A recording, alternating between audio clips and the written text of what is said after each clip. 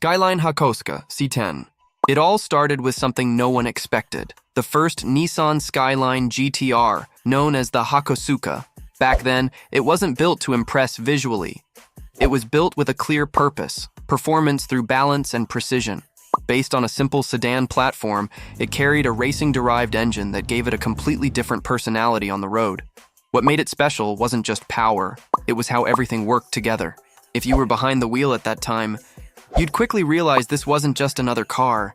It felt focused, controlled, almost ahead of its era. And honestly, this is where the GT-R identity truly begins. It didn't take long to attract attention, building a solid reputation through performance and consistency, something rare for the time. And if you're enjoying it, leave a like and subscribe, because what came next wasn't just an evolution, it was something completely unexpected. Skyline Kenmeri C110. Not long after, a new version emerged, the Kenmeri GT-R. At first glance, it felt like a natural step forward, more refined, more modern, with a design that stood out much more than its predecessor. It carried the same core idea, performance built on balance, but now with a stronger visual identity. But here's where things get interesting. This generation didn't follow the path everyone expected. Despite its potential, production was extremely limited, making it one of the rarest GT-Rs ever created. If you saw one back then, you were looking at something few people would ever experience, something almost exclusive without even trying to be. And honestly, this is where the story takes an unexpected turn. Instead of continuing its rise, the GT-R disappeared, and when it finally came back, everything had changed. Skyline R32 GT-R. Everything changes here, with the arrival of the R32 GT-R. After years of absence, it didn't return quietly. It came back with a completely different mindset, focused, aggressive, and built to dominate. It wasn't just an evolution. It was a complete overhaul of what the GT-R could be. With advanced engineering for its time, including an intelligent all-wheel drive system and precise handling, it offered a level of control that felt far ahead of its time. If you were behind the wheel, you wouldn't just feel speed. You would feel confidence in every corner, in every acceleration, everything working in harmony in a way that was rare at the time. And honestly, this is where the GT-R becomes something much bigger than a car. It quickly built a reputation through performance and consistency, earning recognition like few cars can. But even with all that, it still wasn't the pinnacle. Skyline R33 GT-R.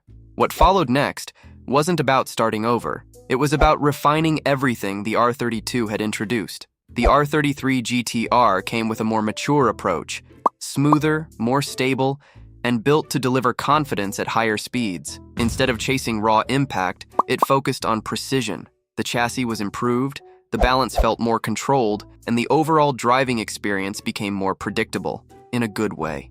It didn't try to shock, it tried to perfect.